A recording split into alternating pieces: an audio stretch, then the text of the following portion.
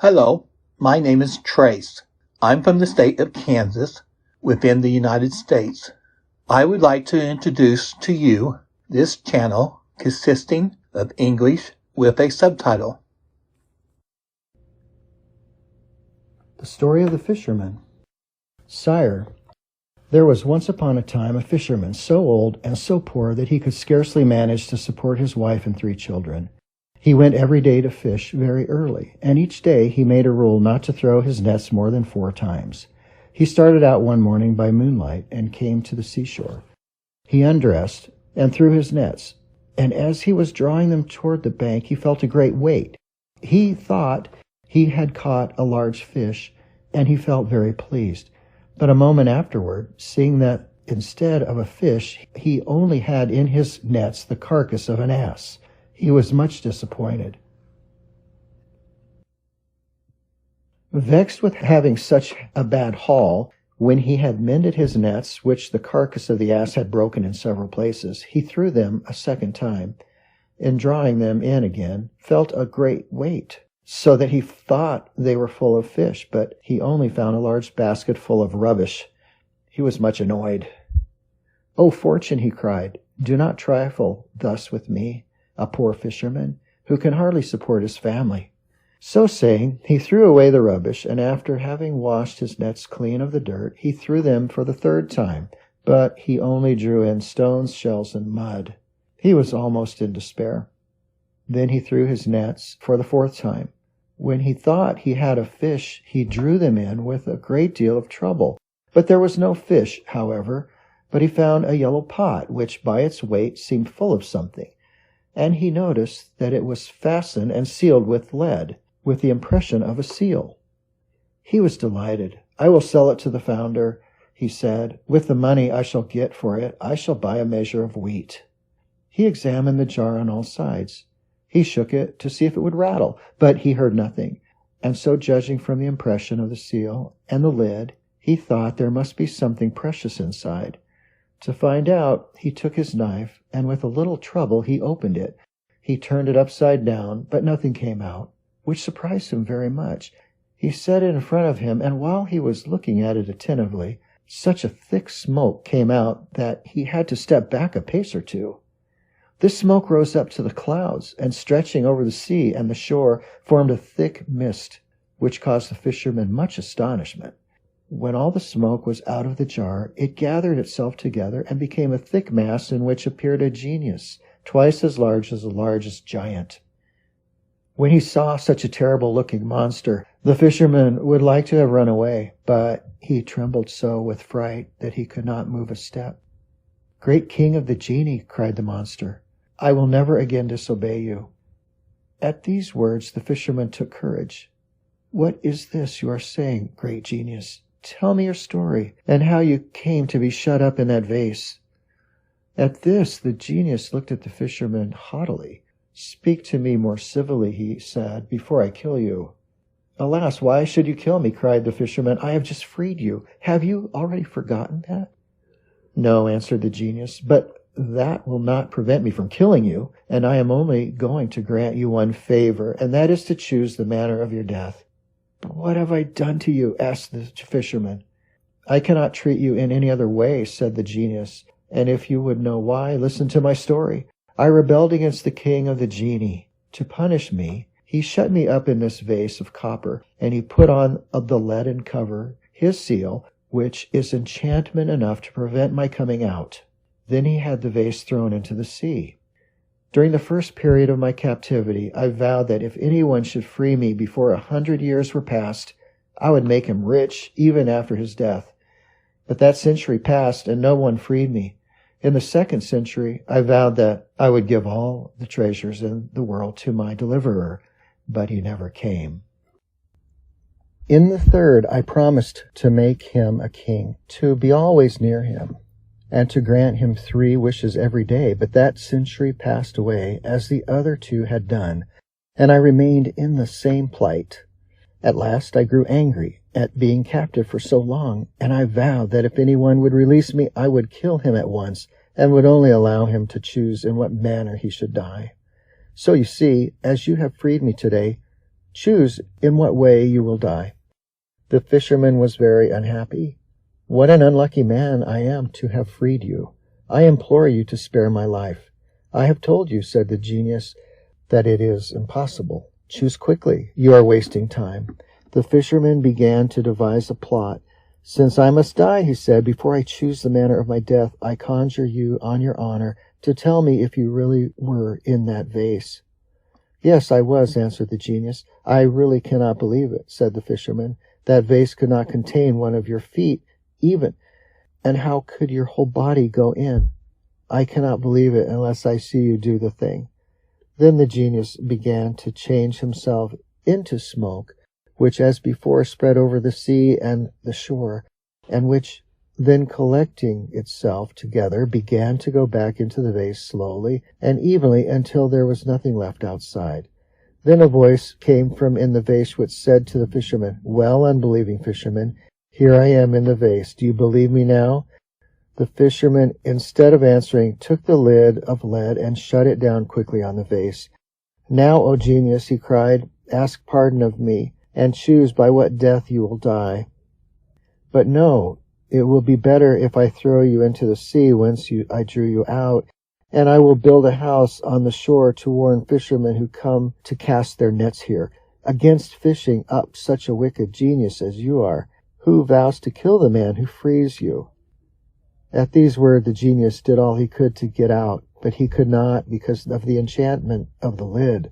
Then he tried to get out by cunning. "If you will take off the cover," he said, "I will repay you." "No," answered the fisherman, "if I trust myself to you, I am afraid you will treat me as a certain Greek king treated the physician Douban. Listen, and I will tell you." The story of the Greek king and the physician Douban. In the country of Zalman in Persia, there lived a Greek king. This king was a leper, and all his doctors had been unable to cure him. When a very clever physician came to his court, he was very learned in all languages, and knew a great deal about herbs and medicines. As soon as he was told of the king's illness, he put on his best robe and presented himself before the king. "Sire," said he, "I know that no physician has been able to cure your majesty, but if you will follow my instructions, I will promise to cure you without any medicines or outward application." The king listened to this proposal. "If you are clever enough to do this," he said, "I promise to make you and your descendants rich forever." The physician went to his house and made a polo club, the handle of which he hollowed out, and put in it the drug he wished to use. Then he made a ball, and with these things he went the next day to the king. He told him that he wished him to play at polo. Accordingly, the king mounted his horse and went into the place where he played. There the physician approached him with the bat he had made, saying, "Take this, sire, and strike the ball till you feel your hand and whole body in a glow. When the remedy that is in the handle of the club is warmed by your hand, it will penetrate throughout your body. Then you must return to your palace, bathe, and go to sleep. And when you wake tomorrow morning, you will be cured." The king took the club and urged his horse after the ball which he had thrown. He struck it, and then it was hit back by the courtiers who were playing with him. When he felt very hot, he stopped playing and went back to the palace, and went into the bath and did all that the physician had said. The next day, when he arose, he found to his great joy and astonishment that he was completely cured. When he entered his audience chamber, all his courtiers, who were eager to see if the wonderful cure had been effected, were overwhelmed with joy. The physician Douban entered the hall and bowed low to the ground. The king, seeing him, called him, made him sit by his side, and showed him every mark of honor.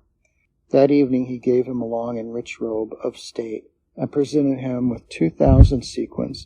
The following day he continued to load him with favors.